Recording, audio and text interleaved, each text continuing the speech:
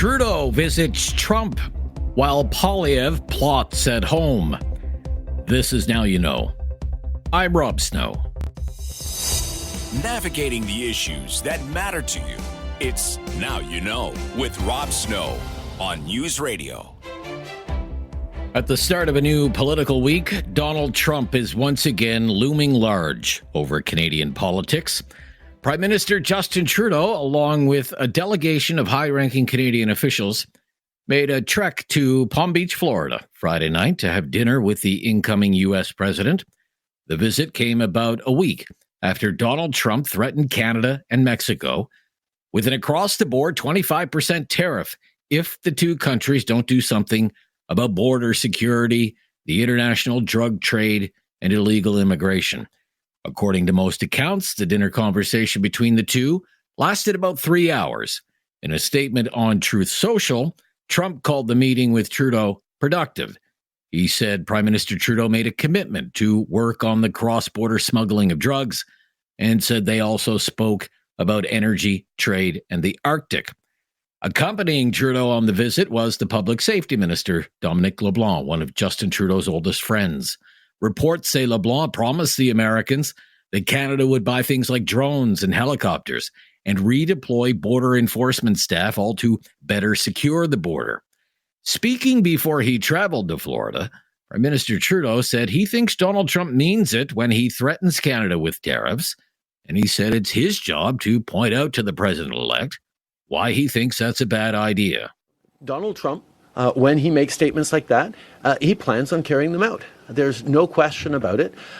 Our responsibility is to point out that in this way, he would be actually not just harming Canadians who work so well with the United States. He'd actually be raising prices for American citizens as well and hurting American industry and businesses. But there are ways for us to work together to demonstrate, as we did years before, that we can do things together. We can create opportunities and growth and good jobs on both sides of the border by being the partners and allies we've been for decades.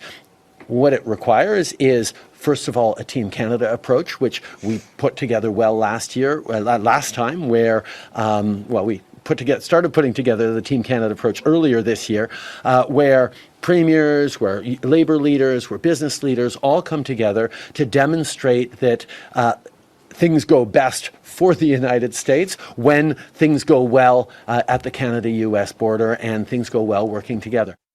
Canada's Finance Minister, Chrystia Freeland, meantime, reiterated that the current free trade deal with Canada, the United States, and Mexico is Trump's deal. Let me repeat what he said really, really clearly when I was standing beside him on Thursday. Canada today has a North American trade deal that works for all three of our countries, and it is a trade deal that was negotiated by President-elect Donald Trump, which is a further guarantee for all of us. Canada's first preference and the best outcome for Canada is to maintain that foundational trade agreement. Ontario Premier Doug Ford feels the exact same way Freeland does, and so he has his government launching new television ads in the United States. They are ads that aim to highlight the importance of Ontario's trade with the United States. For generations, this ally to the north has been by your side. Ontario, Canada, a partner connected by shared history, shared values, and a shared vision for what we can achieve together. Stable and secure when the world around us isn't. You can rely on Ontario for energy to power your growing economy and for the critical minerals crucial to new technologies. Ontario is your third largest trading partner and the #1 export destination for 17 states. Our long-standing economic partnership keeps millions of Americans working. In a changing world, it's time to bring jobs back home and build together. More workers, more trade, more prosperity, more security. For generations, this ally to the north has been here. And for generations more, we'll still be here, right by your side. Meanwhile, back in Ottawa, the leader of the Conservative Party, Pierre Poilievre, held a rare Sunday news conference where he accused Prime Minister Trudeau of coming back from Florida empty-handed. The question about the meeting, look, I just felt, while I'm a critic of Mr. Trudeau's, I did feel badly that he went in with such a position of weakness. Normally when a Prime Minister goes to the United States to meet a president, they're looking to make gains. What gains did we hear from Mr. Trudeau? None. He's just trying to limit losses.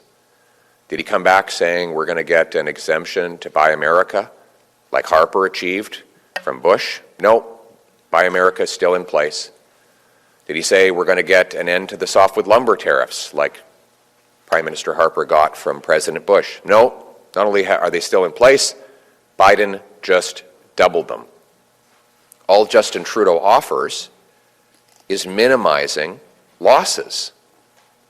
Now, this is the consequence of having a weak Prime Minister who's lost control of our borders, lost control of immigration, lost control of crime and drugs, and lost control of our economy.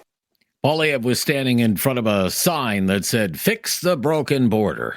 And he said he's willing to end the stalemate in the House of Commons over the Green Slush Fund if the government can show Parliament a plan to better secure the border. Since Trudeau became Prime Minister, there have been massive increases in illegal border activity.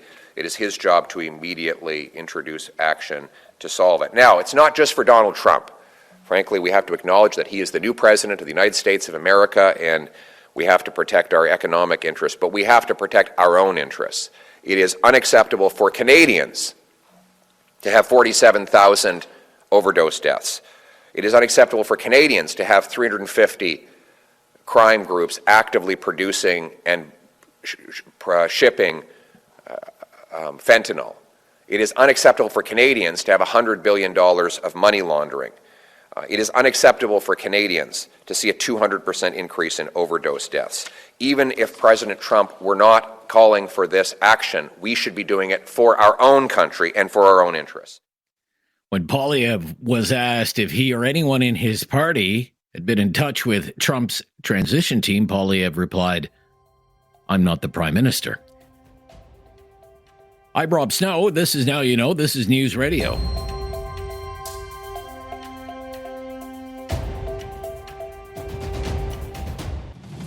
Now You Know with Rob Snow continues on News Radio.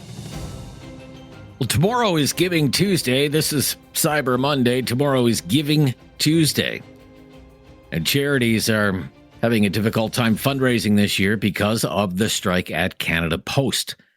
Glenn Van Gulik is here from the Salvation Army. Thanks for joining us. It's great to be with you, Rob. Wonderful. Nice to hear from you today. What has it been like for the Salvation Army trying to fundraise now because of the strike at Canada Post? Well, as you can imagine, it's having a significant impact on our fundraising efforts with so many individuals across the country supporting the work of the Salvation Army. They're making a difference in their donations and making sure that individuals every day in community have the supports and services that the Salvation Army provides.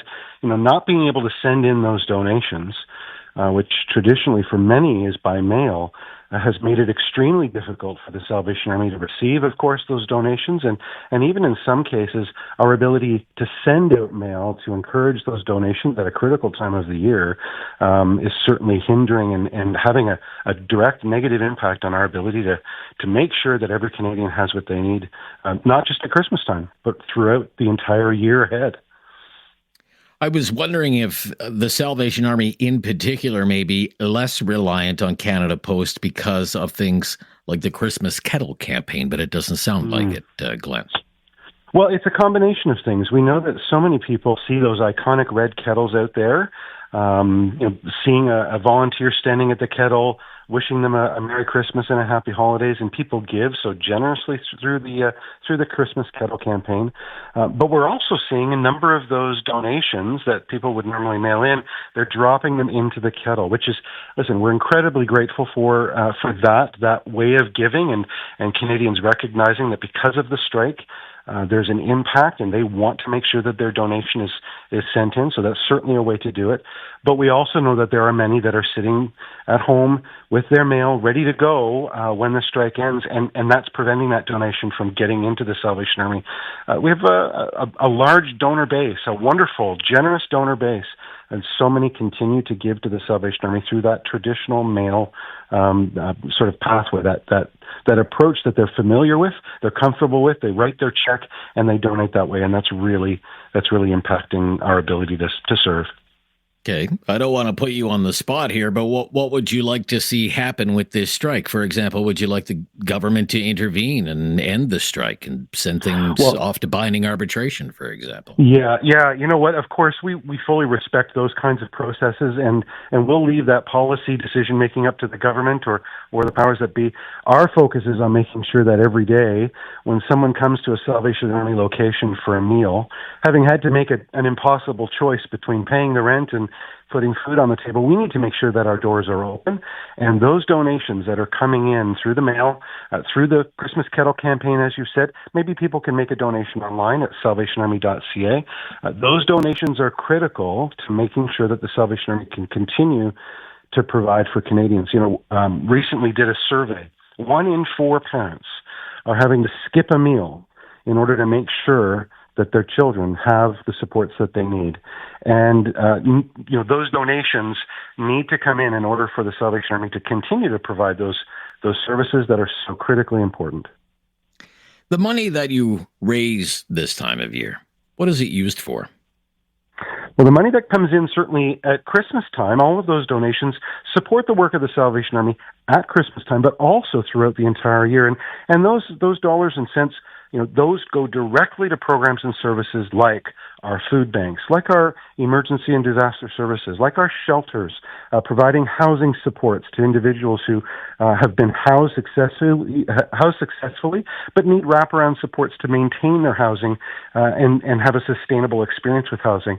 Of course, programs for youth and seniors, If you think about anybody in your neighborhood, there's likely someone who's either availed themselves of the supports of the Salvation Army or will need the support of the Salvation Army, because we know now more than ever so many people are struggling with the economics of things, the cost of living rising, and they're looking to the Salvation Army because they know our doors are going to be open. So we would certainly invite Canadians right across the country to see that iconic red kettle, make a donation online at salvationarmy.ca, or drop those envelopes that you're holding on to make your donation. Drop those into the kettle, and we'll make sure that those donations are processed immediately. Before the strike added to the worries in the charitable sector, I'm wondering what the situation was like. For example, were donations down, demand up? What can you tell us about that? Yeah, well, demand has been up. Demand has continually been going up. Again, referencing that report that we had done, that survey across Canada, recognizing that even for many Canadians, coming to a food bank was a first-time experience this past year, seeing 58% of those that have come to our food banks making that decision, that impossible choice to reach out and ask for help just to have food on the table. And so we've been seeing those numbers increase year over year, and continue to expect that to be the case, of course, as we see the economics and the challenges of cost of living going up, and cost of rent, and cost of real estate, all of those things affecting every single individual in some way.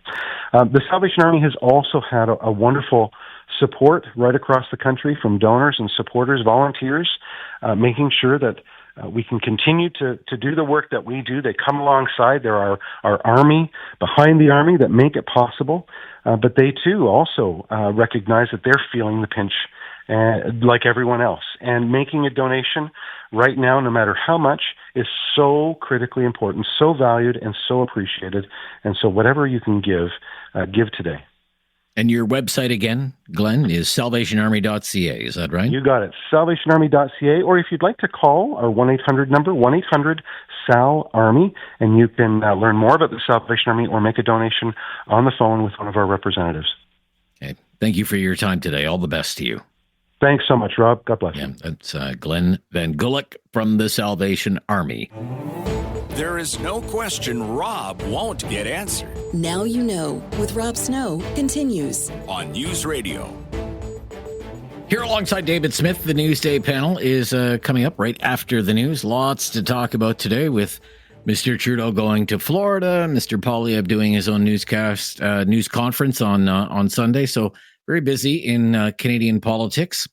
Look, if you're ever looking for a podcast of our show, Now You Know with Rob Snow, we have a new mobile app. So you can listen to our show live or when you want to at your leisure. It's called the Seeker app, S-E-E-K-R, Seeker, S-E-E-K-R. All kinds of exclusive audio you won't hear anywhere else, news, music, and sports. You can download Seeker for iOS or Android. That's Seeker, spelled S-E-E-K-R. And Now You Know with Rob Snow on Spotify and Apple Podcasts or wherever you get your podcasts. How was your weekend, David? It was fair. There was some winter precipitation in the nation's capital. I have yet to put my snow tires on because I've been kind of lazy about that. But yeah, winter has arrived. So it's December, Dave. I know. When were you going to put them on? Well, did you think it was just not going to arrive? Have you been living in winter denial, Dave? You're not my real dad. Shut up. I'll get it done after the show today. Okay, God. Well, goodness me. It's good that you weren't traveling to the Muskokas cottage country in Ontario. Absolutely wild how much snow they got so quickly. Yeah. It reminds me of the big storm that hit Cape Breton last winter. Was it last winter or the winter before? When they had 175 centimeters of snow. I mean, some places like Gravenhurst in the Muskokas, like 140 centimeters of snow. And I guess the highway that goes... it's north of Toronto. You take, say, a 400 series highway north of Toronto, and then you got to wind your way up into cottage country. Highway 11, I guess, is a busy highway in that area, and it was closed. People stranded on the highway for 24 hours, like buried in a snowstorm. That's always been a fear of mine, is like getting stranded on a highway, like running out of gas on a highway, nothing to eat. What do you do about, going to the bathroom and stuff like that, Dave?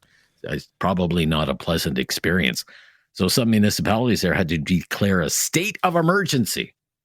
And they're just getting dug out now. And finally, parts of that highway have reopened. Highway 11 in Ontario. Oxford is out with its word of the year for 2024. Oh, yeah? Okay. Don't know why they call it the word of the year when it's actually two words, but it's brain rot. Brain rot. Okay. Yeah, brain rot. The supposed deterioration of a person's mental or intellectual state, especially viewed as the result of overconsumption of material, particularly online content, to be considered trivial or unchallenging. Brain rot. I hope this program, this little radio show of ours, does not contribute to that. But according to Oxford, the Oxford English Dictionary, that's your 2004 word of the year, brain rot. The latest breaking news coming up on News Radio.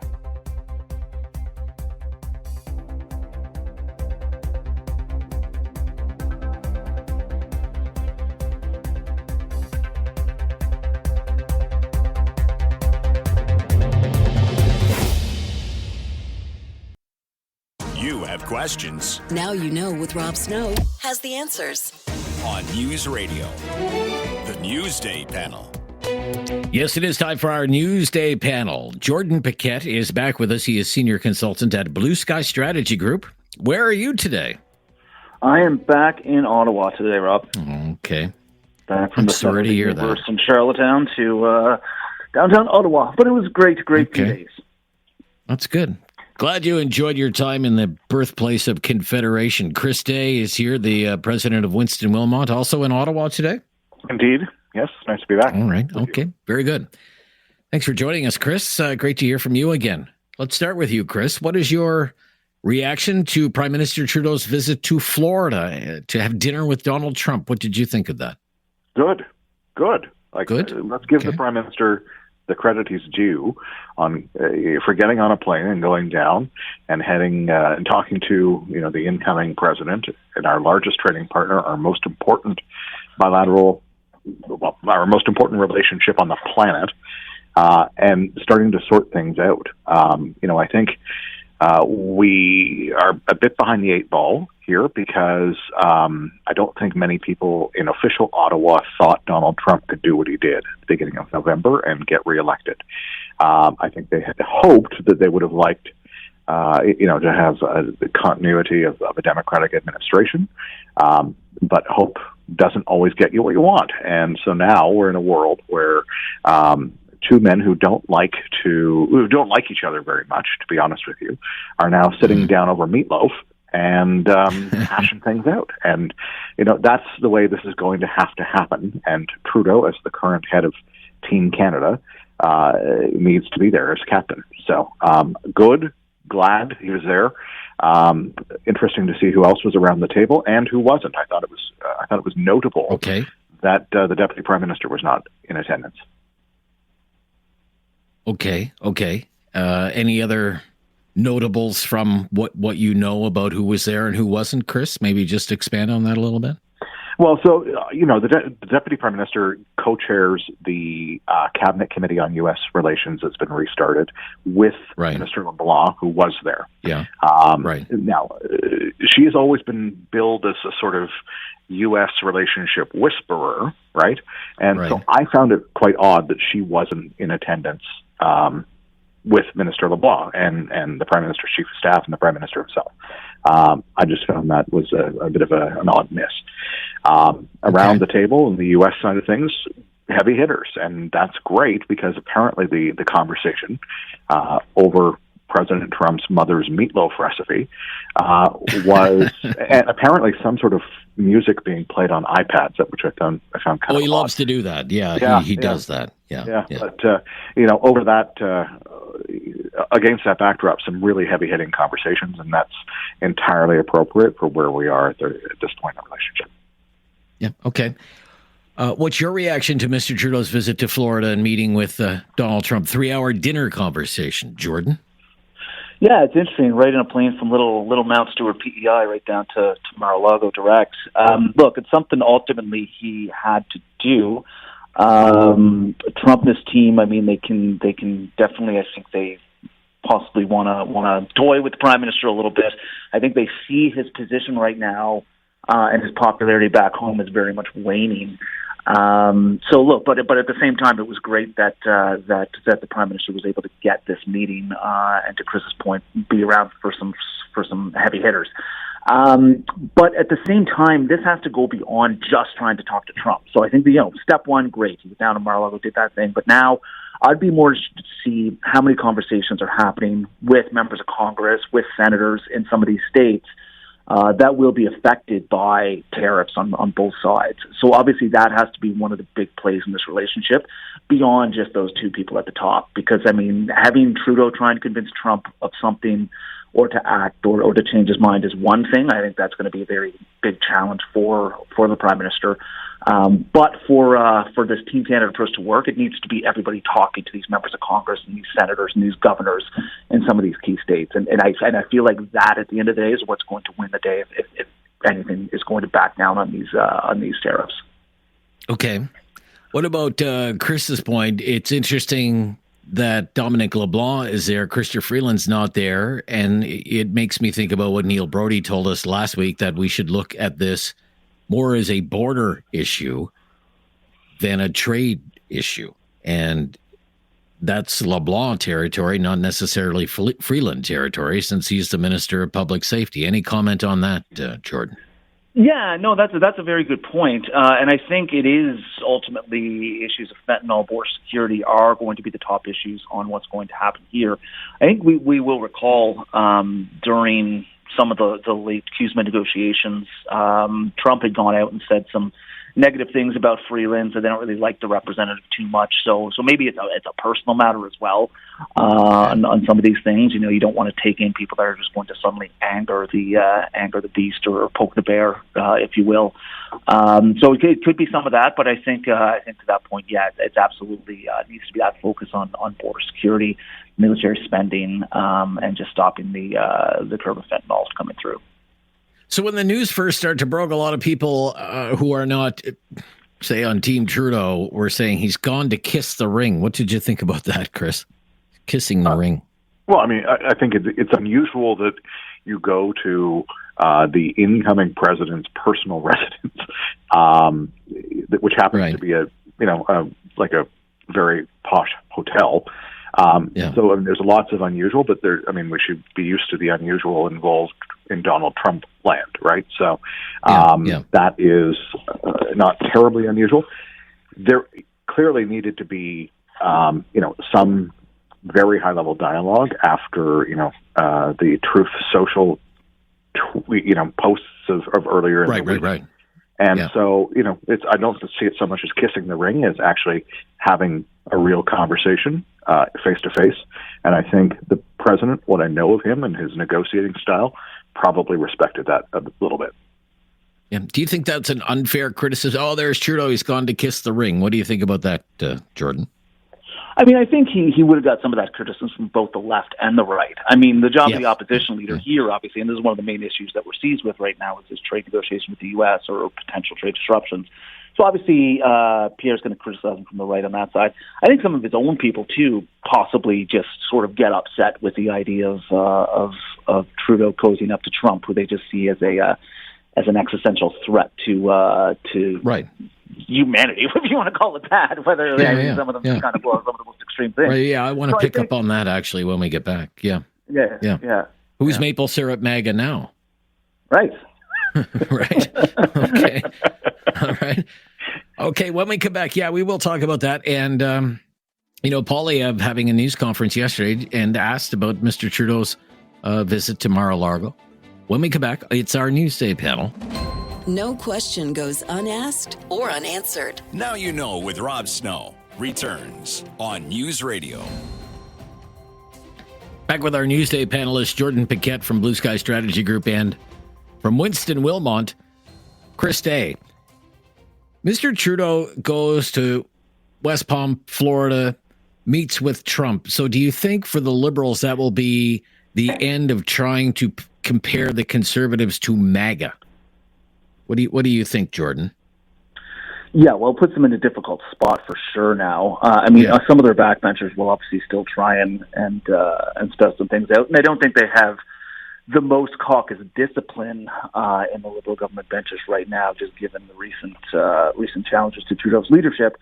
But at the same time, it does put them in a very difficult situation to now come out and try and accuse Pierre Poilievre of being the maple MAGA guy when now you have Trudeau going down and having a dinner party with him and all the center of the MAGA universe. So it does put him in a different position for that, and I think will blunt some of those attacks. Okay, Chris. Yeah, I mean the Liberals are particularly good at saying one thing to one audience and saying another to another when they need to, and I think. The top line messaging on Maple MAGA may dissolve or flow differently now, but it will still taste just as good to certain audiences, and I'm sure they'll say it at doorsteps and quietly in conversations where they hope it won't get back to the president. Okay. Before we get into Poilievre's reaction to Trudeau's visit with Trump, what do you think about Poilievre doing a news conference on Sunday? What do you think about that, Jordan? Just the timing of it. Well, it's smart because, they've been getting into the habit of this lately. It is more of a 24-hour news cycle now. So, as Chris and I remember in our government days, they'd always be like, don't plan big announcements on Fridays because they're not really going to get covered. But towards the end of that, as things do go more toward 24/7, I think it's more important. He's setting up the communications for the week. There's reporters that are assigned to weekends that are often sitting around kind of looking for something to do. So if you can get a few good, clean hits, coming out of Monday morning when everyone's coming back to work, when markets are open again and people are paying attention, Look, I think it's a smart strategy if he's willing to go out on a Sunday afternoon and Mr. Trudeau goes there late Friday, so it's Mr. Trudeau and the whole Canadian Liberal angle is going to dominate the Sunday talk shows, right? The political talk shows on Sunday. So you have to get, I guess, something out there. Maybe that's the thinking behind it. What do you think, Chris? Which nobody outside an Ottawa bubble watches, by the way, those political talk shows. So, I mean, everyone tunes back in for the nightly news on Sunday night to know that the world hasn't exploded over the weekend. And and so to own or to infuse yourself into a dialogue that you weren't part of by doing a Sunday morning announcement puts the government, he actually managed to put the government back on its heels a little bit and puts yourself into a story and gets people thinking, like, did the Prime Minister come back with anything, or did he go down and kiss the rings, to use the term that we were talking about earlier? So, it gets people thinking, and it sets an agenda and sets up a week ahead. It was pretty smart, I think. Okay, and what did you think about what Mr. Poilievre actually said? Really pressed on the border. He's really pressed on the border. He's kind of pivoted to that as his main issue now. The border. We have to do something about the border. Chris?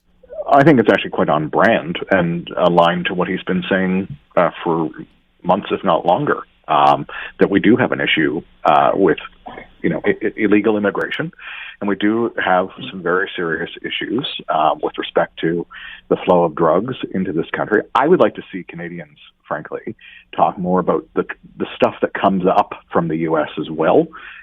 We have a ton of illegal guns that come into this country because of problems on the U.S. side of the border. So, if some of the tightening, we don't like to talk about border thickening or tightening as a trading nation, but if some of the tightening measures that we can talk about actually address some of those issues I think that's a political win. Okay, Jordan? Yeah, agreed. Look, the border security has been a conservative talking point for the last number of years. I remember Andrew Scheer really pressed hard on it in the 2019 campaign, doing press conferences at Roxham Road to highlight some of the illegal immigration and crossings, and then out in the West Coast to highlight drugs, illegal guns coming in through the ports. So it's certainly, to Chris's point, it's on brand. Pierre Poilievre, at the end of the day, is the leader of the opposition. This is one of the main issues that governments, that media are talking about. So it makes sense for him to just increase the heat a little bit and ask some of these questions that ought to be asked. Okay. When we come back, we'll talk about Jagmeet Singh and the job he's doing as the leader of the NDP. And has Jagmeet Singh been an effective leader of Canada's New Democrats? Critical thinking is not dead. Now you know with Rob Snow. Returns on News Radio. It's our Newsday panel. Jordan Piquette is with Blue Sky Strategy Group. Chris Day is the president of Winston Wilmot. They're both in Ottawa today. We talk so much about Pierre Poilievre and Justin Trudeau. We don't talk as much about Jagmeet Singh and the job that he's been doing as the leader of the New Democrats. He has been the leader of that party for more than 7 years now. How effective has he been as leader of the New Democrats in 7 years, in your opinion? Chris Day. Wildly at driving people to other parties. He's been, I think, one of the worst leaders the NDP has had in a long, long time. I say that with deep respect for some of the people around him, who I quite like and find very intelligent and normally very effective. But he has just been a dud on so many fronts, and I think it shows in the polling. He should have been capitalized, eating the Liberals' breakfast, for them over the last few years, and almost all of the support they've lost has gone to the Conservatives, and he's at risk of losing his own seat based on most polling. So, there's no secret that he does not want an election before he gets his pension in January, because right now, if an election were held, February, right? But right now, if an election were held, he'd probably lose his seat, and he would almost definitely lose the leadership of his party. I mean, the fact is, you have the Liberal Party is in the low to mid 20s, according to all the polls. The low to mid 20s. We know that there's a big what I would call non-Poilievre universe, like a non-conservative universe made up of progressive voters, center-left voters. And you would think they would be looking for an alternative to the Liberals, and they're not seeing it in the New Democrats. The New Democrats should be thriving in an environment like this, and yet they're not. They're either tied with the Liberals, maybe they lead by a point or two, or they're trailing the Liberals. And it makes me wonder what is going on with this leader that he hasn't been able to orchestrate any kind of breakthrough. What do you think? He's been the leader of this party for 7 years now. Jordan? Yeah, and he's been lockstep now in propping up a very unpopular government, so people are linking the two together. I mean, look, at the end of the day, it depends on your definition of success. Was he able to get some concessions out of government for some of the NDP policies? Sure. Right. Is he getting credit for that? Yes. No, not necessarily. It hasn't helped his standing amongst Canadians or the NDP polls across the country. Is he going to win a bunch of additional seats next time? We'll see, but probably looking as it is now, to Chris's point, likely not. He'll likely lose his own seat. So, whatever idealist notions that people may hang on to about politicians doing things and accomplishing projects, their number one job is to win elections still. You can't do anything unless you win. And Jagmeet has done a very good job at losing those and losing support. So I guess we'll see what comes in the next election time, but he has been all over the map as far as the support for this particular government, saying he's ripping up the confidence agreement, and now he's already patched it back up, clearly just to protect his own pension. Okay. We will wrap it up there for today. Great to hear from both of you. Thank you so much. Thanks as always, Rob. Yep. So again, that's Jordan Paquette. He is a senior consultant at Blue Sky Strategy Group in Ottawa today, as is Chris Day. He's the president of Winston Wilmot. Talkback is coming up right after the news, kind of a Monday grab bag of topics today. The Canada Post strike, 18 days. Now Canada Post has been on strike. Talk a little bit about that with your help. EVs, some news about EVs today. And what we just talked about.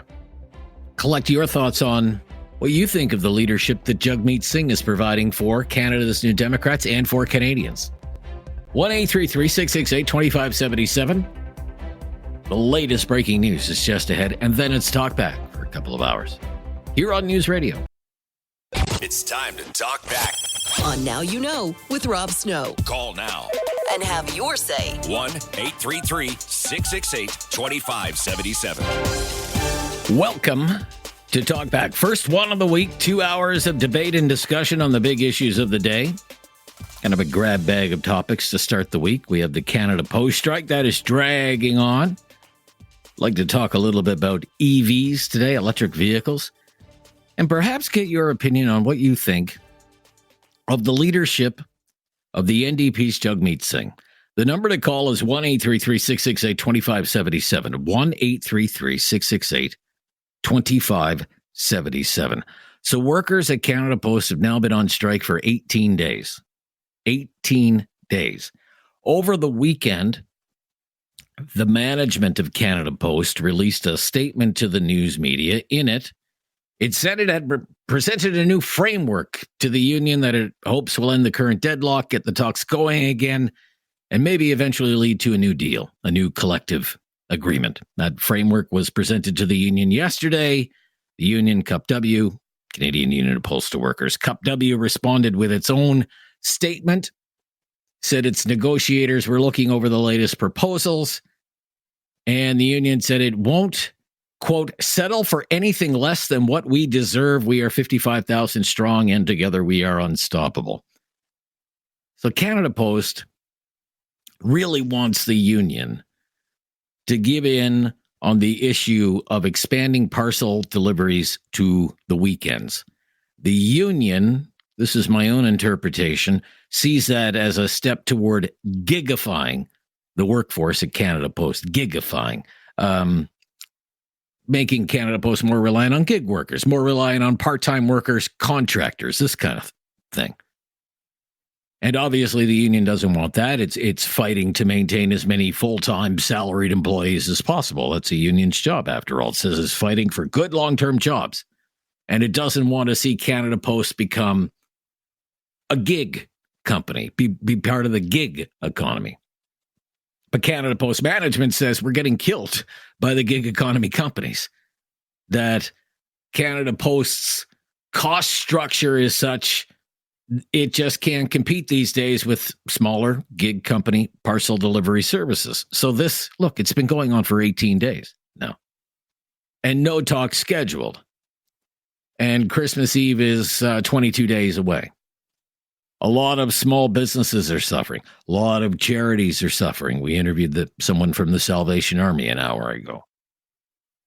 And unlike, say, the railway strikes or lockouts or the port strikes and lockouts, with this labor stoppage, the Trudeau Liberals, let's face it, they seem to be taking a very hands-off approach to this one, preferring to let both sides try to hammer out a deal all on their own. There's been no talk of, for example, sending it off to binding arbitration, the idea of passing back to work legislation in the House of Commons and getting the mail moving again. That's a non-starter. The government has no interest in doing that, probably because back to work legislation wouldn't pass through the House of Commons because it's minority government.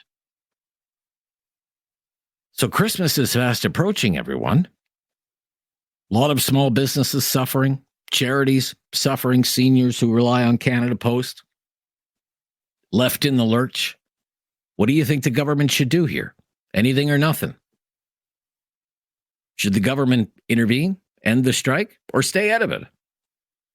Let the two sides hammer out their own deal. 1-833-668-2577. That's one topic that we have in the mix. EVs. I always love talking about cars. EVs. Here's a question for you. What kind of vehicle do you think you will be driving 10 years from now? What kind of vehicle do you think you'll be driving 10 years from now? You think you'll be driving an all-electric, 100% electric vehicle 10 years from now in the year 2035? Or do you think it'll be a hybrid? A hybrid? Is that what you'll be driving 10 years from now? Or will you still be driving what they call an ICE car, internal combustion engine, like a gasoline-powered vehicle in the year 2035? Picture yourself 10 years from now. You're going to age like a fine wine, and you look out the window to your driveway. What kind of vehicle is parked there? Or you go into your garage. What kind of vehicle is parked there? All electric, a hybrid, or a vehicle with an internal combustion engine? Wanted to get back into this topic today because, there is a sales mandate that the Liberals have. By the year 2035, the only new vehicles that would be allowed for sale in Canada would be zero emission. Now it's the Liberal government's idea. Will it survive beyond the Liberal government? I don't know. But I was reading a report in one of the papers today. Some comments by the environment minister in Quebec, where EVs are very popular, more so than anywhere else in the country. And he is predicting like a big shift in consumer choice in vehicle purchases, and is predicting that by the year 2035, EVs will be the norm, and gasoline and diesel-powered vehicles, they'll be the exception. And he goes so far as to predict it's even going to be difficult to buy gasoline, all by the year 2035. As so many people will be driving EVs, gas stations will be rare. All the gas stations are going to become charging stations. You think that could happen all within the next 10 years? Think about it. It's 2035. What are you driving in the year 2035? 1-833-668-2577. And I'd really like to talk about Jagmeet Singh today, the leader of Canada's New Democrats. We talk so much about Pierre Poilievre, talk so much about Justin Trudeau. Really like to talk about the leader of the NDP. I'd like to hear from people who have voted for the NDP in the past. Maybe you were a fan of Ed Broadbent or Jack Layton or Tom Mulcair. Maybe you voted for Jagmeet Singh's NDP before. What do you think about the job he has done as the leader of the NDP, Jagmeet Singh? Has he been a good leader for the NDP? What would you say? What would you say? Has Jagmeet Singh been a good leader for the NDP? He's delivered, he would say, dental care, pharmacare, taking credit for the GST holiday that people will soon benefit from. $250 checks. He wants the government to expand the $250 checks, school meal program. And yet the NDP is really struggling in the polls. Would you say Jagmeet Singh has been an effective leader of the NDP? 1-833-668-2577. If you've never called before, just mention that to the call screener. We'll make your call a priority. It's Mondays. Talk back. I'm Rob Snow. 1-833-668-2577. Your call's coming up next. Have something on your mind you want everyone to know? Call now. Hello. 1-833-668-2577. It's Talk Back on Now You Know with Rob Snow. Monday grab bag. Canada Post strike, 18 days and counting. Should the federal government intervene? What kind of vehicle do you think you'll be driving 10 years from now? All electric, hybrid, internal combustion engine? What's power in that vehicle of yours? And how would you describe the job Jagmeet Singh has done over the last 7 years as the leader of the New Democrats? Yes, he's been leading that party for 7 years. Russ in High River. Hi, Russ. On Canada Post. Hi, Russ. How are you? I'm good, Russ. Thank you. Did you get snowed in? Not yet. No, we have about 10 to 15 coming this way, but nothing like they saw in cottage country in Ontario. Oh, okay. Nothing like that. No. Anyway, what I was calling is about the post office. Yes, sir. I would like them to privatize it and just cancel the unions and privatize. I'm tired, as a pet taxpayer, of people going to work for the government and thinking they're guaranteed a job, and they dictate to the management how their job is to be done. So, you know what? As far as I'm concerned, do what Reagan did. Fire the whole works. The ones that want a job back can come back for a job interview. If you want them, you take them. And let's get this done. There's no way that these people should hold up, and whether it's them, the railways, all these are all government-subsidized business. Even the railway is. Those people were given those tracks by us and paid for by the taxpayers of Canada. So it's time we stopped it. And the stopping is with the post office, which, by the way, is losing. Any business in the world would have shut that down a long time ago. Yeah, I appreciate that. Just a few things. Even Canada Post management has said the operations of Canada Post are funded through the revenue that comes into Canada Post through the sale of Canada Post products and services. It's not funded by tax dollars. The Parliament of Canada is not cutting a check to Canada Post every year to say, cover these losses, for example. So that's number one. Also, when the air traffic control... Yes. Believe that? Well, I'm telling you, don't you think where are they getting the money from? You can't lose $1 billion a year. Where you borrowing money? Is that where it's coming from? Well, they say they're going to run out of money, actually. Quite soon. Operational funding, they'll run out of it. Yes. Okay. Okay. Look, it would be more beneficial if it was not true. Would it not be more beneficial for management to say, and taxpayers, you're on the hook for all of these losses? And yet management is not saying that. Right? It's not saying that. So, yes, that leads me to believe it's true. And also, when Ronald Reagan fired the air traffic controllers, that was a wildcat strike. They were out on strike illegally. This is a totally legal strike. Mm-hmm. Okay? Yeah. And all you they don't want to want... fire people. You're not really suggesting people get fired when they go on strike and it's a legal strike. People have the right to strike. You might not agree with why they're on strike, but they have a right to go on strike. They can freeze in the dark on the picket line all winter. But, you can't just fire them all. Yeah. Well, sure you can. Why can't you? Because they're they're legally on strike. So you declare bankruptcy and start again. Well, I suppose I guess so. You'd be accused of union busting, I guess. But I get it. You think the whole thing needs to be torn down and rebuilt, right? Because it's an unsustainable mess. It is. From a business standpoint, it is. All right. Right now, I'm kind of looking more short term here. Christmas is in 3 weeks. Let's solve the immediate problem here. Do you think the government should get these people back to work, end the strike? It has the power to end the strike and get the mail moving. Should it do that? It has the power, but it doesn't have the will. And the reason is because... Do you think it should have the will? Jagmeet Singh told him if he did, he wouldn't support the Liberals. Well, they don't need to do that. They didn't need to pass back to work legislation to end the railway strike or the port workers strike. They just went to the Industrial Relations Board and put in an arbitrator there. Yeah. And that's their way around it. They're talking about going back on strike. So we haven't gained anything. All right. Okay. Hard to get an answer out of you there. Let's go to Kyle in Listowel. Thank you, Russ. I don't want to argue with people. It's the very first day back after the weekend. Kyle. Hi there, Kyle. On Canada Post. Well, your Canada Post thing and the what vehicle I'm going to drive in the next 10 years kind of ties in, because I've picked up around 30 to 40% more business since the Canada Post strike has started, since I have my own courier company.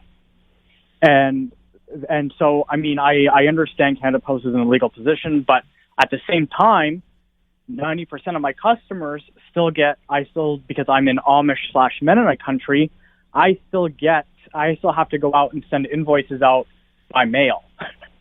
So all right. So don't forget. So like 90% of my invoices from probably October are probably still sitting in Canada Post because I haven't received any of them.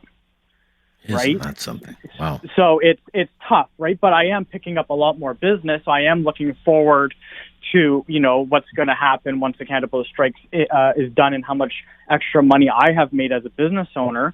But at the same time, 10 years from now, my look is going to be not fully electric, but a hybrid electric, because there's a couple of trucks out there that I could use for courier and things like that I'm really looking at that have that hybrid mix. I'm still not comfortable going fully electric for my business, but I definitely would consider going hybrid for sure, yes. What would prevent you from going all electric? Cost, range, things like that? So here's the thing. I'm not like a typical FedEx or UPS driver that only maybe does 150 to 200 kilometers a day. I'm in such a rural area that my day is 450 to 500 kilometers on a really good day, even 600 kilometers. And that's what scares me is I can't tell a customer, sorry, your package is going to be delivered 2 hours later because I'm sitting and getting charged. Right. So that's what kind of worries me is that, but I'm not saying I'm never going to go there. It's just in my mind, I have a business to run, and I can't run my business on risk of sitting in a car or a truck, eating a popsicle while money is being slowly taken away. So gotcha. Yeah. Thank you, Kyle. Thank you for your call. It's Monday's Talkback, just getting started here today. 1-833-668-2577. There you go. A couple of lines available. Join the conversation. Have something on your mind you want everyone to know? Call now. Hello. 1-833-668-2577. It's Talkback on Now You Know with Rob Snow. Monday grab bag. Canada Post strike 18 days and counting. Should the government intervene? The year is 2035. What kind of car are you driving in the year 2035? Who knows? Maybe by 2035, the cars are driving themselves and we're all just passengers. But is it all electric? Is it a hybrid? Is it gas? Is it diesel? What is it, in your opinion? And what would you say about the job that the leader of the NDP has done? Jagmeet Singh. He's been the NDP leader for 7+ years. How has he done, in your opinion? Good job, bad job? 1-833-668-2577. Lines available. Jay in Kitchener. Thanks for calling. Jay, hi there. You're on the air. I think the only way they're going to settle the mail strike right now is if they get forced back to work with the government right now. I'm sorry, Jay. I'm having a hard time hearing you. I think the only way they're going to get back to the mail strike settled is if they get forced back to work by the government. And would you agree if the government did that? Yes. For now, yes. And why is that? Because I'm medically compromised and I need things delivered by mail that I can't receive right now. I see. Such as, sir? Just different personal medical expenses I have. I can't do right now because of the mail strike. Okay. So it's been very inconvenient for you by the sounds of things. Yes. I rely on paper and I can't rely on it right now because it's not available. Right. So if the government, I don't think they're going to announce this, but if they said we were sending it off to binding arbitration, we have to get the mail going for, people like you, Jay, you'd be in support of that. Absolutely. Yes. Okay. All right. Thank you, Jay. Sir. Thank you for hanging in there. Good to hear from you again today. To Steve in Cambridge. Steve. Hi there, Steve. Hey, Rob. How are you today? I'm good, Steve. How are you? Good, thank you. Yeah, good to hear. Yeah, the Canada Post strike. Thank you for educating me on something. I also thought that the Canada Post was publicly funded. I did not know they were a private entity. Is that correct? Well, they're a crown corporation, but they're funded through their own revenues. Okay, so the sale of stamps, whatever it costs to ship a parcel, that's what it costs. Yeah. Yeah. So does that mean that the federal government could open the mail delivery service up to other carriers, UPS, FedEx, Purolator? Yeah, well, Purolator is already majority owned, like 99% owned by Canada Post, and they're not moving anything that originates with Canada Post. So Purolator is off the table. But you could amend the Post Office Act, and yes, you could open it to competition. Nothing would prevent that, but you would have to amend an act of Parliament. There's a Post Office Act. I can't remember the exact name of it right now, but you would have to do that. They could do that, though. I don't think this government would.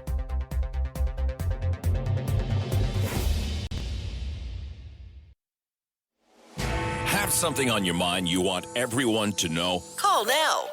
Hello. 1-833-668-2577. It's Talk Back on Now You Know with Rob Snow.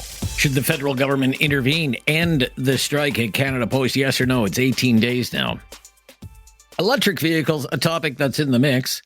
Imagine that it's the year 2035. What kind of vehicle do you own in the year 2035? Do you own an all-electric vehicle? Do you think that will happen? You will own an all-electric vehicle in the year 2035? Or could it be a hybrid? Or do you think it'll kind of be the same vehicle you have right now, a gas-powered vehicle, a diesel-powered vehicle?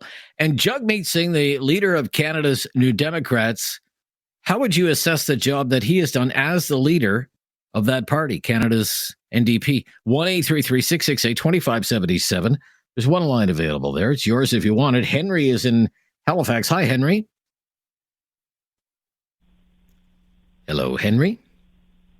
Hello? Yeah, hi, Henry. I hear you. Hi, Can how you are hear you? me? Pretty good yourself, Mr. Snow. Yes, very good. For Canada Post, I will say the government should interfere because now they're holding all the people for Christmas season and the card and the parcel. But I think the government play a role to back them up in one way, because if you were in business, I was in business, I lose 300 million, whatever, a quarter, or for the year, I'd be out of business pretty quick. Yes. And regarding Canada Post lost $315 million, it says, in the third quarter. Whoa, that's a lot of money. Yeah, it's a lot of money. It's about $3.5 million a day it lost every day. Ouch. Painful. Exactly. Painful. Yeah. But do you think it should end the strike and get the mail moving? You do? Definitely. Okay. Interesting. Yeah. All right. You wanted to talk about Jagmeet Singh the union, as well? When you're losing over 200 million a quarter, for the last quarter, that's a lot of money to absorb. Sure. It's more than $1 billion a year, right? So you wanted to talk about Jagmeet Singh, the leader of the New Democrats. How do you think he's doing? Pretty bad. I hope Okay. the next election he will lose his seat and the party will be reduced to almost nothing. And why do you say that? Because he's been holding hands with Justin Trudeau and back him up to Justin Trudeau, and all the pain the Canadian been feeling is because of his affiliation with Justin Trudeau, the Liberal Party. Okay. I think, I'm not going to put words in his mouth, but I think what he would say is, look, I've got a lot of things done for Canadians, whether you like Justin Trudeau or not, dental care and pharmacare and more meals at schools, and you're going to save the GST over the Christmas holidays, things like that, That's very nice, but right now, the thing is, people will associate with the Jagmeet Singh and the NDP with the Liberal because they've been affiliated. Right. And the Liberal will take all the credit. Yes. So Okay. I don't know how that would work. Right. So he's kind of guilty by association, I guess you could say. Exactly, Mr. Snow. Yeah. Yes. Okay. Yeah. Just Rob is fine. Thank you, Henry. Thank you. Good to hear from you in Halifax. Hope things are well there today. Let's go to Glenn. Is in Nova Scotia. Has a few thoughts on Canada Post today as well. What do you think? Should the government intervene, end this strike at Canada Post? What do you think, Glenn? Well, for one, I'm not up for too many questions. I'm just calling to maybe vent a little, and maybe for everybody else. Canada Post on both sides should be ashamed of themselves. What the guy said about firing them all, that should be held as an option.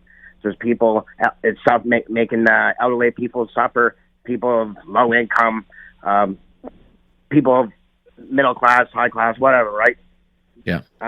They should be ashamed of themselves, really. And they should hurry up and make a decision, because there's a lot of people suffering, and seniors are the main ones.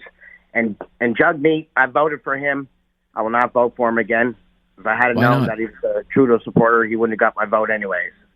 Trudeau's worse than a Biden. Okay. All right. Okay. Jagmeet, I voted for him because he was going to help Canadians. He didn't help Canadians. He helped his own country. He brought them all here. Now people are being put out on the streets and can't find a place to live and sleeping in tents. Well, I think input on that. I understand. I think, again, to the previous caller, I think Mr. Singh would say, well, what about pharmacare? And what about dental care? What about a school meal program? Or what about a GST holiday? What about all this stuff? GST holiday is not going to do nothing for nobody, man. What is it, 2 months? Is that what it is? 2 months, yeah. It's 2 months, yeah. Okay. Yeah, well, yeah. It should be every day of the year after year.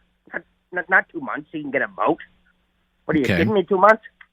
Okay, really? I'm just you support that? Playing devil's. I'm just playing devil's advocate, sir. Yeah, just playing devil's advocate. I'm asking you a question. Do you support that? Do you support Trudeau for 2 months? No, I don't support Trudeau. You must be new around here.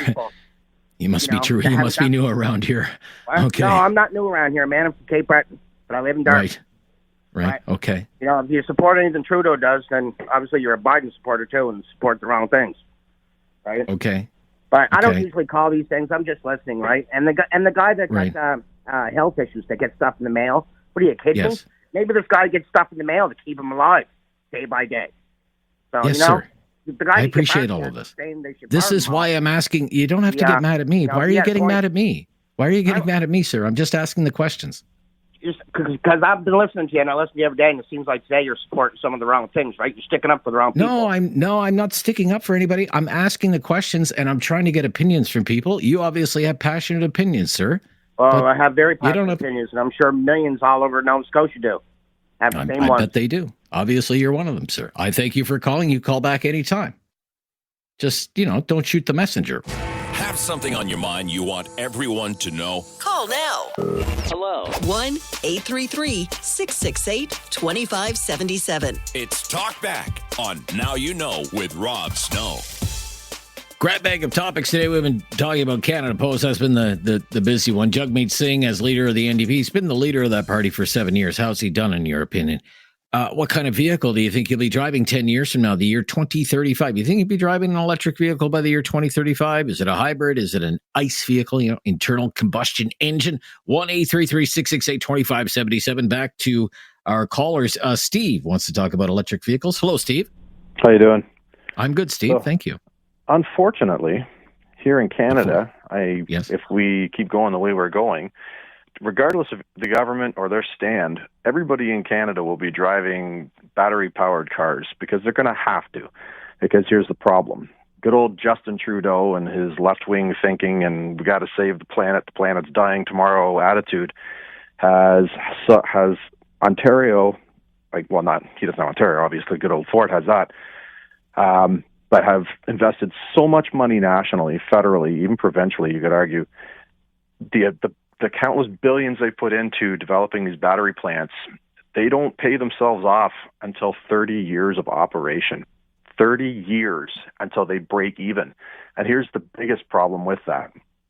Aside from logistics, manpower, and all other stuff, but we all know the manpower is not even going to be staffed by Canadians just because apparently all the jobs are special, so they got to bring in South Koreans apparently.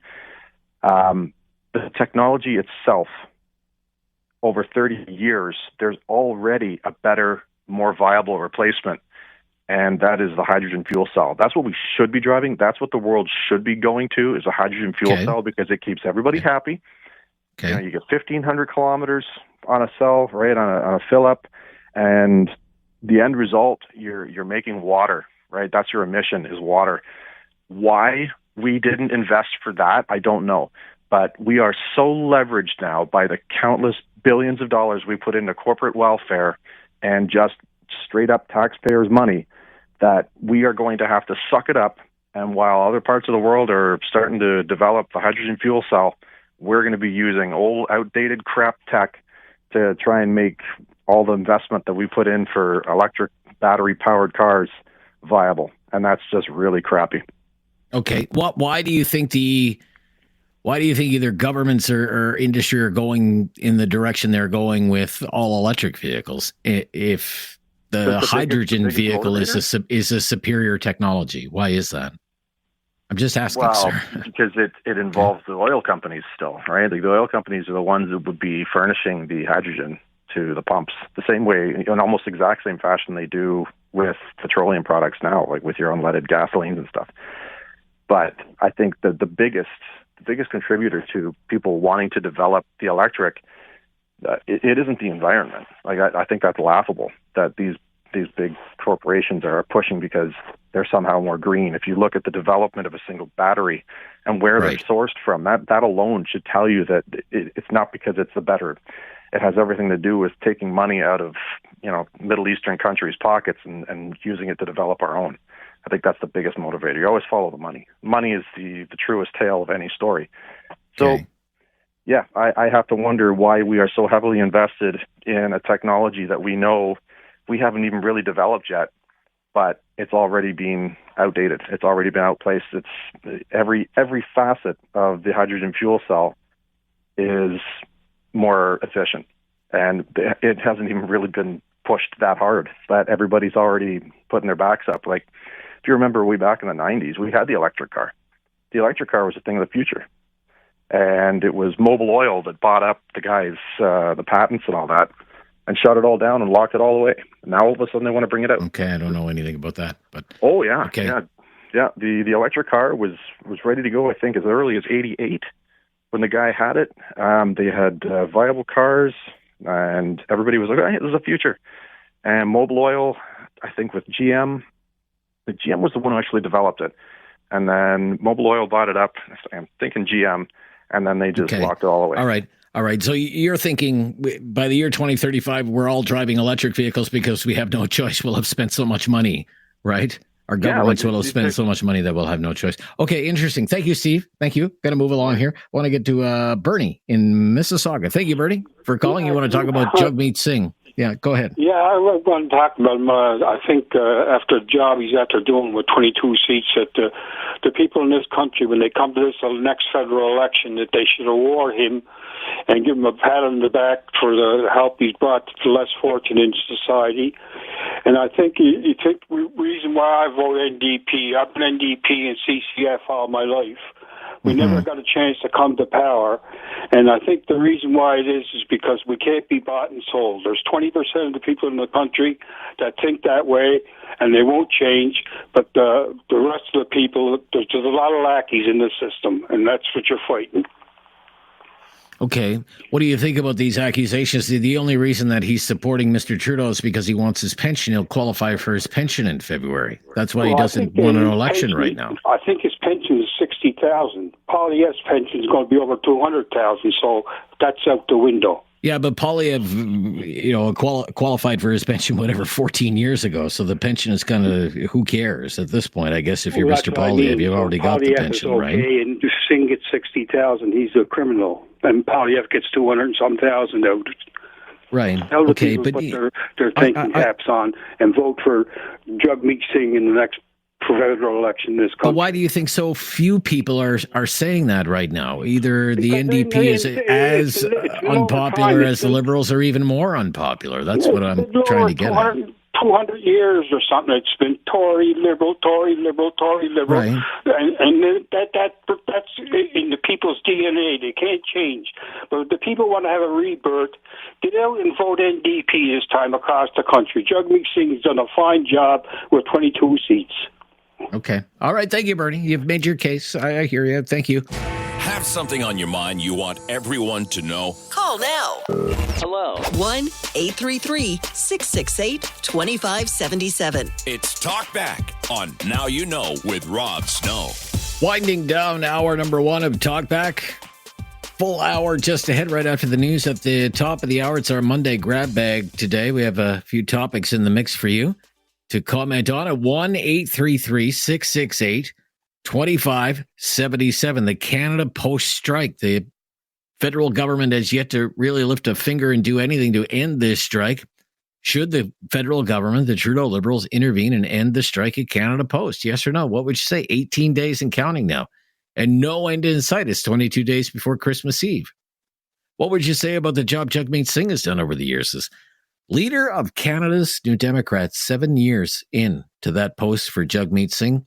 How's he done in your opinion? 1-833-668-2577.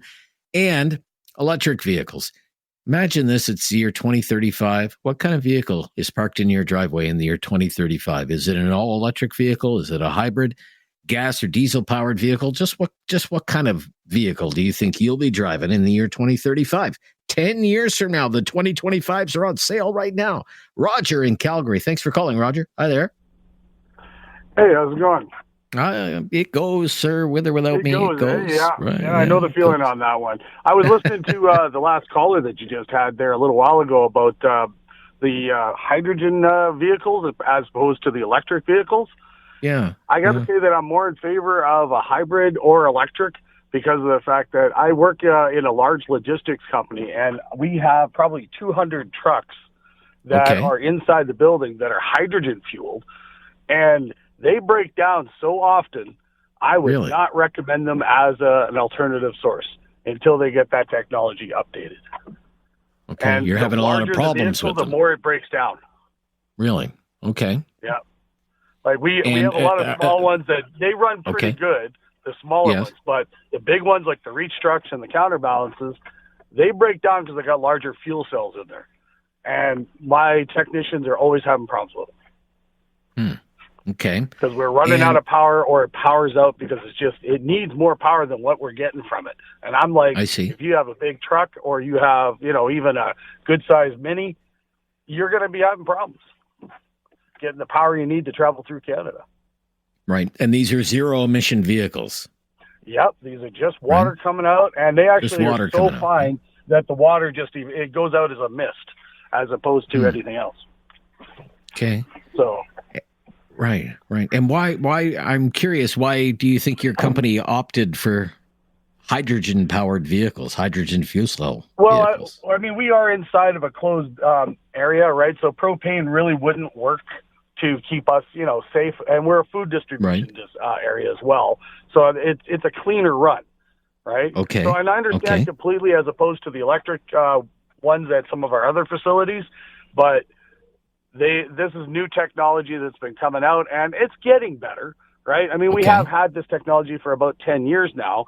Well, actually 14 since the building opened, but, we've had it for a fair amount of time, but it still has its flaws. Even after, we've changed out vehicle after vehicle, and different hydrogen cells have come out each time, right? And as they upgrade, sometimes they're good, sometimes they're absolutely horrible. Okay. Really interesting. Now, what about you personally? What kind of vehicle do you think you would be driving 10 years from now? 10 years from now, I definitely would want something like a hybrid, just because of the fact I don't want to rely yet on the technology that we're putting into this infrastructure. I don't know if it's going to be there, right? I mean, when I actually convert over, I'm going to have a plug-in at my own house, right? I'm not going to rely on plugging in at, like the local Canadian Tire or whatever it is. Right. I want to have my own stability, so I'm going to be one of those ones that actually have that plug-in put in at my place. Sure. But I don't want to have to depend on that if I'm doing a long trip, like from Alberta to Saskatchewan or from here to Manitoba, Sure I thing. don't want to have Gotta run. Really interesting. Thank you for calling. It's time to talk back on Now You Know with Rob Snow. Call now and have your say. 1-833-668-2577. It's a Monday grab bag Here on Talk, back to start the week. Welcome to hour number 2. Every single phone line is available right now. If you've never called before, just mention that to Andrea. She's standing by to take your call. We'll make your call a priority if you're a first-time caller. 1-833-668-2577. The Canada Post strike took a lot of calls on that in the first hour. Should the federal government intervene, end that strike at Canada Post, yes or no? Electric vehicles. Imagine it's the year 2035. What are you driving? An electric vehicle, a hybrid vehicle? You're driving pretty much the same kind of vehicle you have now, internal combustion engine? Just curious. And what would you say about the job Jagmeet Singh has done over the years as the leader of Canada's New Democrats? 1-833-668-2577. On the Canada Post strike, and whether you want the government to intervene, just let me know, yes or no, why not? I mean, the headlines from the news stories that are out there about the damage that this is doing, both to businesses and to charities. And now we're getting word the U.S. Postal Service isn't accepting any mail bound for Canada. It's telling Americans, don't bother mailing anything to Canada. It's not going to get there. But the headlines about the pain, the suffering that this is causing, this strike, all over the place. I mean, some examples of the headline: how the Canada Post strike is hurting disabled people living in poverty. Canada Post strike hurting charities. Canada Post strike hurting crucial food programs. Charities hurting on Vancouver Island during Canada Post strike. Remote areas hurting because of Canada Post strike as talks break down. Nonprofits hurting during Canada Post strike. Canada Post strike hurts local businesses. Seniors feel isolated due to Canada Post strike. I'm in trouble as Canada Post strike drags on. Small businesses are taking the hit, and on and on. The headlines read like that. And really, when it comes to this strike, I mean, there's no end in sight. No talk scheduled. The two sides sound as though they're still pretty far apart, and the Trudeau Liberals don't sound as though they're interested in putting an end to it. They could put an end to it if they wanted to. They did it with the port workers. They did it with the railroaders. Government intervened there, sent things off to binding arbitration. Government has the option of passing back to work legislation as well, although I think that would be a lot more difficult because it's a minority government. It would be hard for the Liberals, I think, to find a dance partner on that. Another party that would support back to work legislation. I mean, there's no way the NDP would support back to work legislation. I really don't see the Bloc or the Conservatives supporting back to work legislation either. All the parties are trying to woo the workers these days, rank and file union voters. So I think the Conservatives and the Bloc, they'd be more than happy to let the Liberals twist in the wind and own it. But 22 days until Christmas Eve, the mail's not moving. Nobody can send a Christmas card through Canada Post. Millions and millions of parcels piling up at sorting facilities across the country. My wife was at the general store where we live. She was in there this weekend where we have a community mailbox in there. There's a little Canada Post outlet in there, run by the same people who run the store. And the woman who runs the store said foot traffic's way down in the store because people around here would go into the store a few days a week, check the mailbox while they're in there, pick up a few items, milk and eggs or whatever. And now that people aren't coming in to check the mailbox every now and then, nobody's going to the store. And there are little stores like that all across Canada, in small towns and rural areas all across Canada. So it is causing a lot of pain, causing a lot of disruption. Another way to look at it, of course, is this is what a strike is supposed to do. It's supposed to cause inconvenience. It's supposed to put pressure on the employer. This is why those workers are on strike. It's the busiest time of year for Canada Post. They have the leverage. 1-833-668-2577. Grant is in Listowel today. Thanks for calling, Grant. Yes. Canada Post, Grant. What do you think should happen here? I think that Trudeau is gutless and that NDP should back them. That is devastating the small, medium-sized businesses along with pensioners, the whole 9 miles. And so I had a job. I'm retired now, have been for 20 years, and I was head union protection. And I remember one time after the 80s, after interest rates went to 20-some%, and the union leaders said we had to do catch-up. And I listened to them all, and I spoke up and I said, listen, give your head a shake. Okay. I said, we have not lost any money. We've had our jobs through this recession. La-di-da-di-da. We all have friends that lost their houses, lost their farms, etc. Right. And the bottom line is, who pays us? Who signs the checks for us? Are we working for the union, or are we working for? It's the company that I work for. That's where the check come from. And unions have too many damn demands. 5,500 workers. 55,000. Yeah. Okay, 55,000 workers being able, not willing to adjust to part-time workers working, having service 7 days a week, like management said they need to have to compete. I believe that's absolutely right. Okay. So you think the government should move to end the strike then? Absolutely. Right. Absolutely. No ifs, buts, or ands. All right. Billions of dollars that are being lost. Oh, yes, sir. Oh, yes. Yes, absolutely. Due to our small and medium-sized, and they're the grassroots of Ontario, as far as I'm concerned. I can't. Backbone of the economy. Backbone of the economy. Yeah. Yeah. Okay. Thank you, Grant. I got you loud and clear. The government is being gutless by not moving to end the Canada Post strike, he says. Have something on your mind you want everyone to know? Call now. Hello. 1-833-668-2577. It's Talk Back on Now You Know with Rob Snow. Right, quite a few people want to talk about Canada Post. We're 18 days into the strike at Canada Post. Let's go to Ryan is calling from Alberta on Canada Post. Hi there, Ryan. Your thoughts, please. Canada Hi, Post. can you hear me? Hear you just fine, Ryan. Go ahead. Yeah, I think I'm not really happy. I'm a small business, and I have over 30 packages that I shipped right before they went on strike, and they're all just sitting in limbo. And now I got customers in the U.S. asking for refunds, and I've already spent all that money on buying new materials to make more product. And so now I could possibly go bank. This could ruin me financially horribly because of I might have to refund all these people with money that I don't have.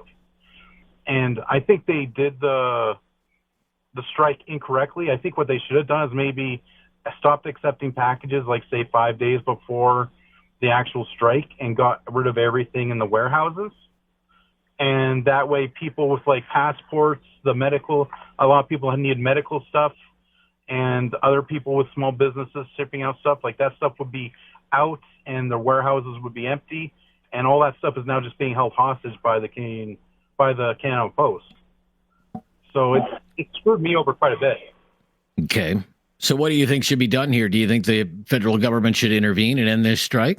It has not signaled any way that it is in any way going to do that. Do you think it should? I think they totally should. I think they should force them back to work. I think I agree. Everyone should have a living wage. Everyone should be allowed to have a living wage. But if they think you don't need a high school diploma to work at Canada Post. So if they think they deserve a living wage, what about like people working at Home Depot and people working at Walmart? They deserve a living wage, and they get paid way, way less with way less benefits, and they do roughly the same amount of work. Yeah, I'm not sure how much wages are really factoring into it. I mean, there are raises on offer of 2.8% a year for the next 4 years, 11.5% all told. What they're really worried about, I guess, is having to work 7 days a week, which they say will result in hiring more part-time workers, more contractors, less relying on, say, full-time salaried people.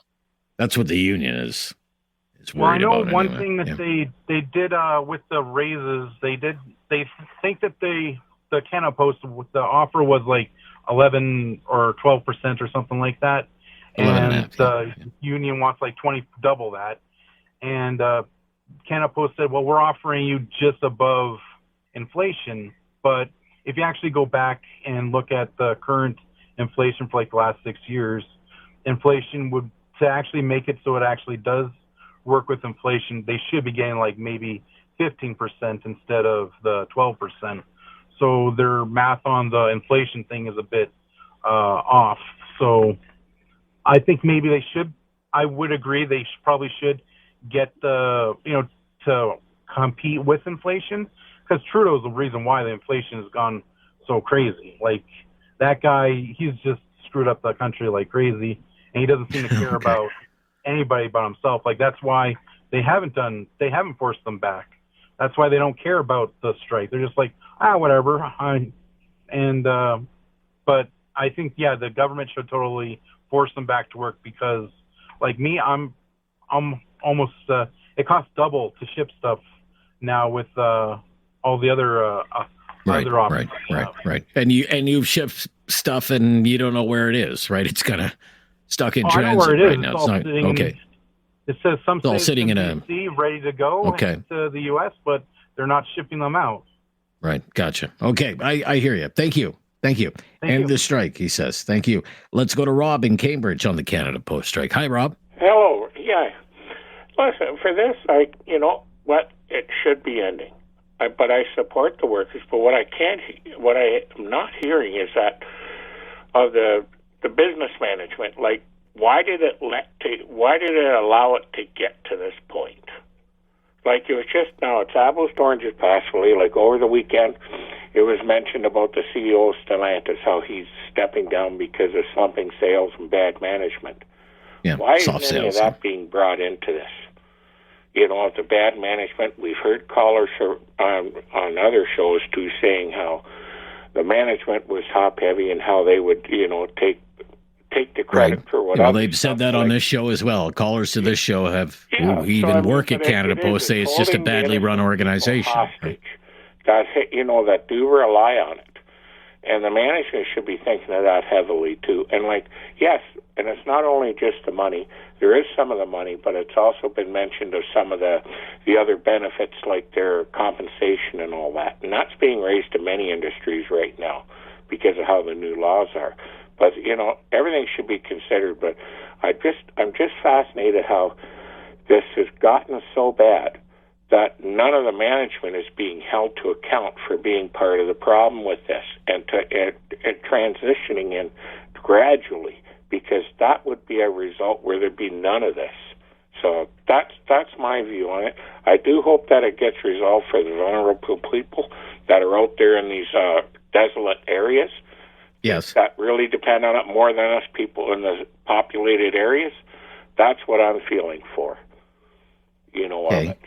Okay, to the question of should the government intervene, what would you say? I never liked that. You never liked that? Some of these firms then lean on it and say, well, we don't really have to negotiate it because they're going to force them back. It erodes the workers' leverage, right? If it is being forced back to work and they legislate, then fire the whole management team because they allowed it, because they haven't done their job as what's being told to get adjustable resolution to it. Gotcha. Thank you for your call. Good to hear from you, Rob. Thank you in Cambridge today. Have something on your mind you want everyone to know? Call now. Hello. 1-833-668-2577. It's Talk Back on Now You Know with Rob Snow. Tony in Cambridge wants to talk about Canada Post. Go ahead, Tony. What's your opinion on the Canada Post strike? Good afternoon. My opinion, I'm a union member and been a union worker for a long time. It's always my notion that when you're in bargaining, you should bargain in good faith. Okay. right? With both sides being forward-thinking enough that they want to resolve the problem instead of trying to create a problem, right? The previous caller made a very good point about management, and yes, they've had time to resolve or put something forward that could have been resolved a little bit earlier in time. But as most collective bargaining agreements are, you have a timeline. Strikes, unfortunately, affect everyone. But on the same token, strikes also afforded better living standards for a lot of Canadians, directly and indirectly. Because a lot of companies do not want unions, and they offer the same benefits and packages that are available to union members so that they're on an even keel. Okay.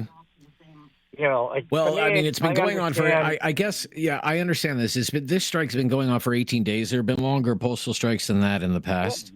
But I remember the ones in the 80s, you know. Okay. Right?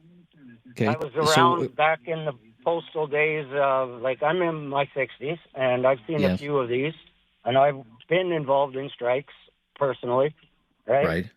And, you know, we always, the notion that it's just you're striking for the sake of just doing something, no, you're striking for a purpose. No, I don't believe that. Yeah, right? I don't believe that. Yeah. Of course, right? You know, it's, and you know, winter has arrived, sir. It's cold, it's snowy. Nobody wants to be on a picket line, right? There are better things to do. That's also, we have to take that into account as well. That what you've just mentioned right now. These folks are out there 99% of the time in inclement weather, whether it's hot, cold, rainy, or snow, right? Yeah. 99% of the time they're delivering your mail. May not always be on time, but they do the job, right? Yes. But you know, I guess we know that the management is saying unless we make big changes, we're going to run out of money. Oh, I agree, but right.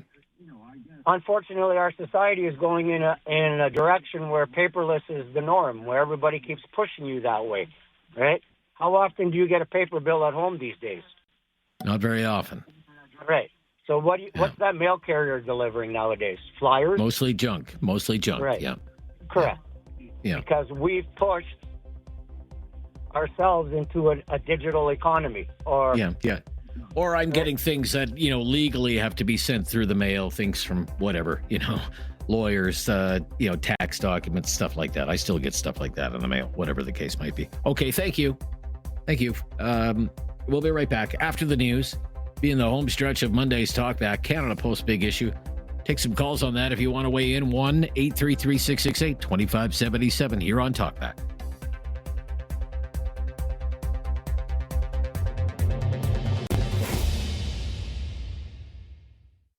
Have something on your mind you want everyone to know? Call now. Hello. 1-833-668-2577. It's Talkback on Now You Know with Rob Snow.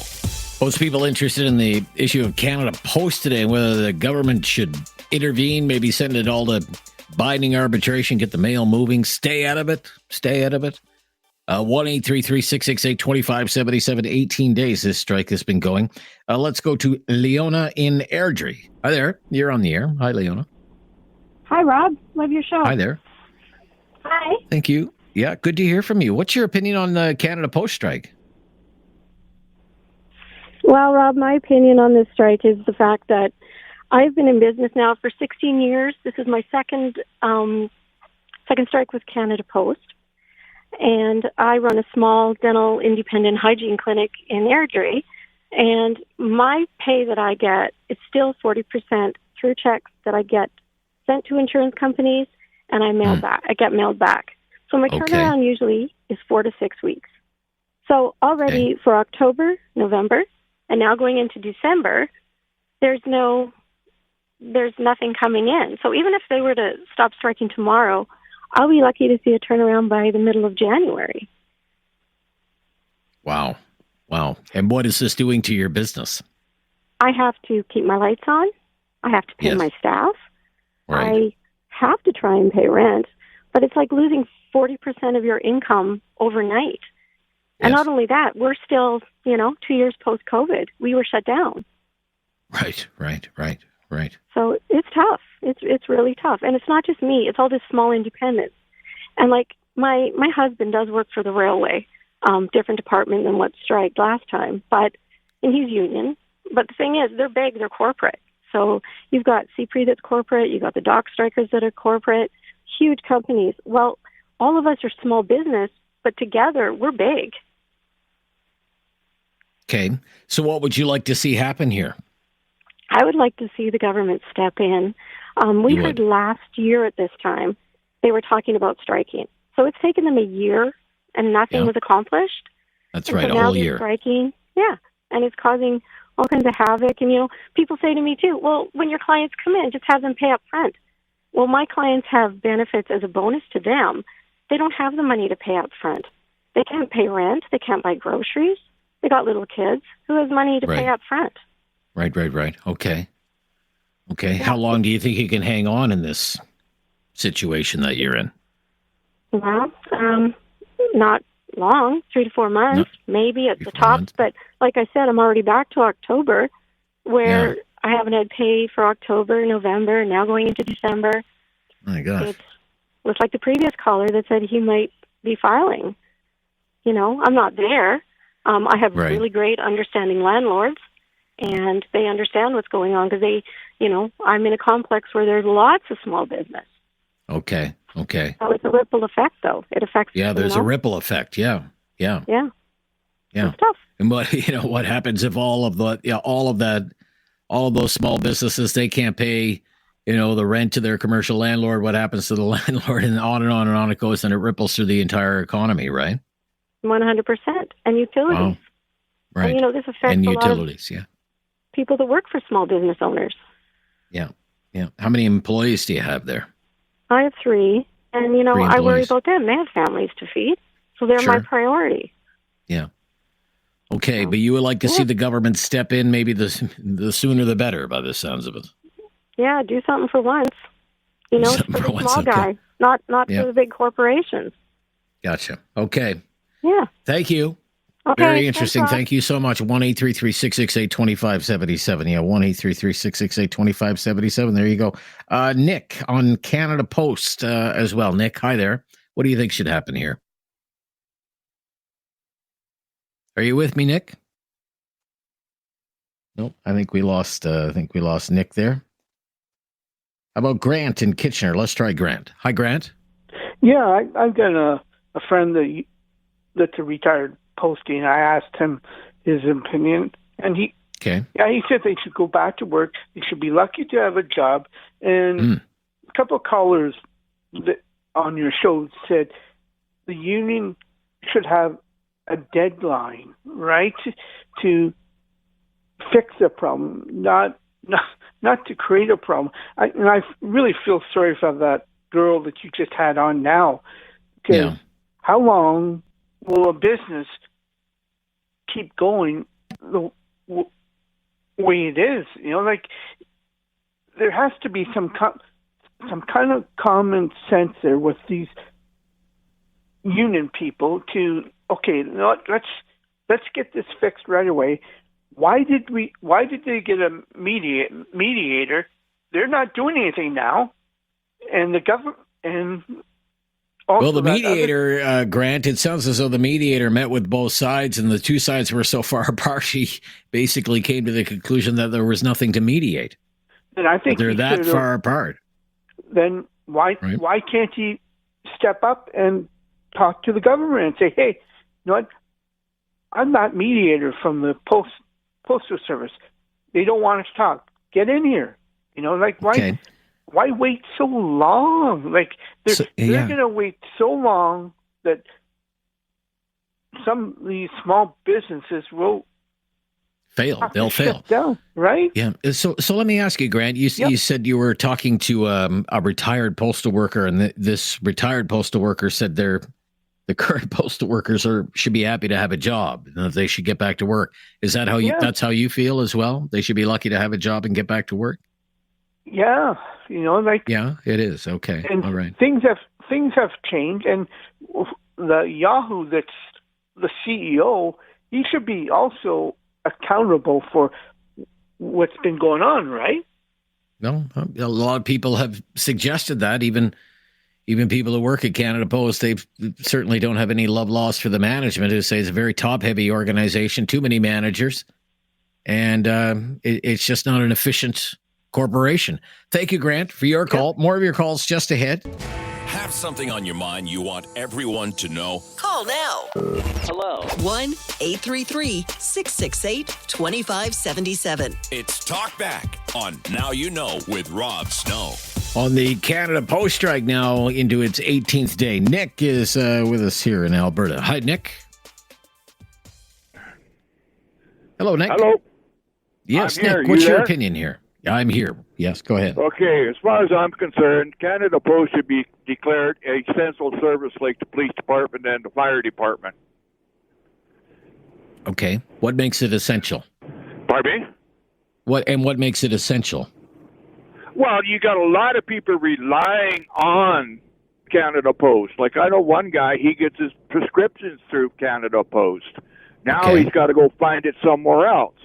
Where and as far as that goes, like I said, the government should step in, make them go back to work, and if the union really wants to show, that they believe in what they're doing, they should have rotating strikes, not a full down shutdown. Have rotating strikes. Okay. Now, I'm only playing devil's advocate. Okay. Don't get mad at me. You mentioned your friend. They get their prescriptions through Canada Post, and now your friend has to find another courier company that will deliver their prescriptions. But the fact is, there is another courier company or several other courier companies that will mail prescriptions. In the case of, say, an essential service like the police or the fire department, it's not like you can call another police department if you don't like the police department that you have, or another fire department, right? There are options here, right? I like to see the head honchos from the union. They're sitting in their nice, cushy, warm offices on the picket lines for 4 or 5 hours a day in this cold weather. Sure. Maybe that'll smarten things up. Okay. Then I'd like to see the government do the same thing. Go sit on the picket lines instead of sitting in your nice, cozy, warm offices saying, well, no, get your ass out on the picket lines and freeze your butt off. Maybe they'll have a different tune. Yeah, and collect some strike pay for 18 days and no other pay. Yeah, what's the strike pay, $50 a day? Yeah, probably. I don't know what strike pay is. It's not very much. Yeah, well, if I had a government job like working for the I'd like to make 3/4 of what those guys are making now. And I'd be living comfortably. Okay. Do you think the government should intervene here? Yes, they should. Get them back to work, and then declare them an essential service, and then go from there. All right. But like you said, management, there's a lot of management sitting in our butts doing nothing. All right. Gotcha, Nick. Thank you. He wants it declared an essential service, which would mean no more strikes ever at Canada Post. Canada Post, an essential service. I don't know if you could declare it an essential service. Is it really like the police department or the fire department? In some places, they've declared public transit to be an essential service, like in big cities, for example. I don't know if we're there just yet. How about Mel in Red Deer? Mel, hello on Canada Post. What do you think should happen here? Hey, Rob. Yeah, hey. When I was working out in British Columbia, they got a weird law out there. You don't have to join the union, but you have to pay union dues if it's a union workplace. Okay. It's a weird place. But anyway, once I worked there for, 3 years, paid union dues, but couldn't go to the union meetings because I wasn't a member. I finally got into the union, and I got up to be vice president. And after that point, we actually kept on working while negotiations were going on, whether they were, improving the negotiations or stalemated. We just kept on working because we were still making our wage. Right. And that was a great thing to do. But the big shots, they always get credit when, the business does good. Well, shouldn't they also, the balance, have to give back some of their wages when their decisions make the profits go down? Or be held to account, right? Well, that would be a way to account them, but like Crown corporations, very seldom there's very seldom there's any complications or things that they're held accountable for. Right. I know we've had a lot of stories about that, but the one thing Canada Post has to do, they should. I guess the government should make them go back to work while they're still talking, and they should be happy to make their regular wages, because the people working for the unions, they got to understand times change. Canada Post has to change. They can't offer job security anymore because the Canada Post is going to have to change. Like, I think they're going to have to go to maybe continue this super boxes all throughout Canada, like Harper started. Sure. And then Trudeau stopped. Then they can make, say, in my case, we'd get mail Monday, Wednesday, Friday, 3 days a week. Other people would get Tuesday, Thursday, Saturday. Everybody would get Sunday off.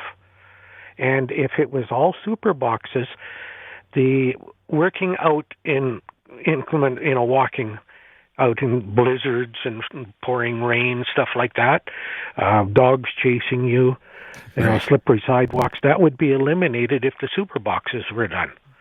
Maybe. So the safety would be better, and the union or the government has to, I guess, the union and the government both have to expect there's going to have to be changes. And that could be at the top level management. I don't know how you convince those guys. It's like trying to convince top level bureaucrats to change. No, nobody wants change. Well, if you're not doing anything these days, it sounds like they could really use you in these negotiations.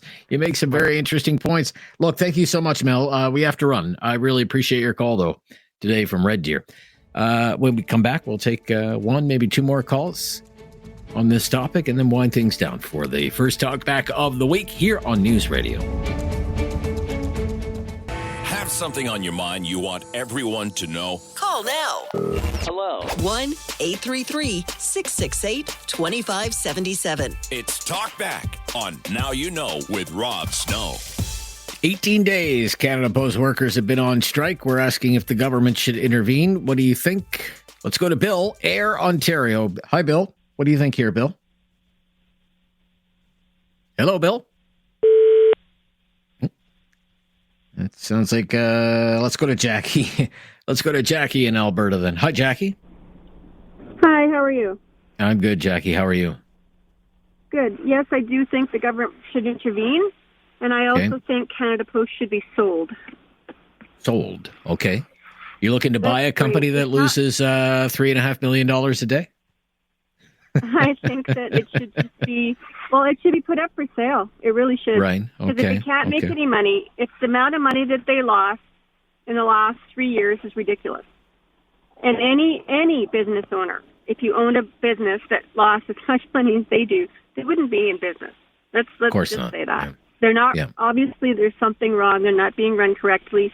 Yes, the government should mandate them back to work. And then I think they should seriously look at saying, let's get rid of Canada Post. People email these days. People send use other couriers simply because Canada Post isn't efficient. And that's just that simple. Okay. Yeah. But you would support, let's say tomorrow, the labor minister comes out and says, we can't take any more of this. We have to end this strike. That would have your support. Yes. Do you know how many people in Canada are just grateful they have a job? Oh, I mean, I'm one of them. So many people. Exactly. And with prices rising and everything, everybody's struggling. So this is ridiculous. The amount of money they're losing. Yes, it's not the people who actually work for Canada Post. It's not their fault. The Canadian government, this isn't an essential service like the previous gentleman said. It isn't. your fire department, your doctor. There may have been a time when it was. There may have been a time when it was, Right. but it's just, that time has passed now.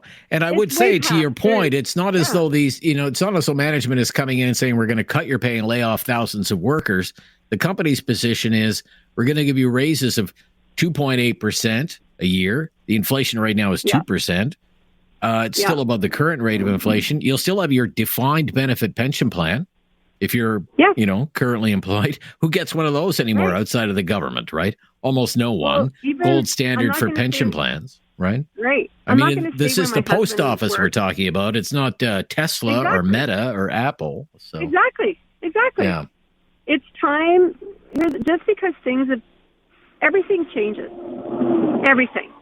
And it's like we don't have phone books anymore. There's an example. Right. Yeah. We don't have phone books anymore. Things change.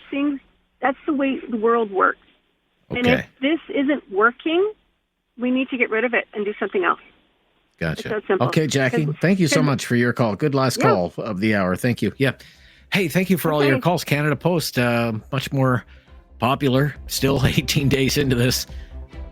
We've been talking about it longer than that because we were talking about it in the weeks into the run-up of the strike, of course. We are back tomorrow. Brand new topic and more of your calls. The latest breaking news coming up next. This is News Radio.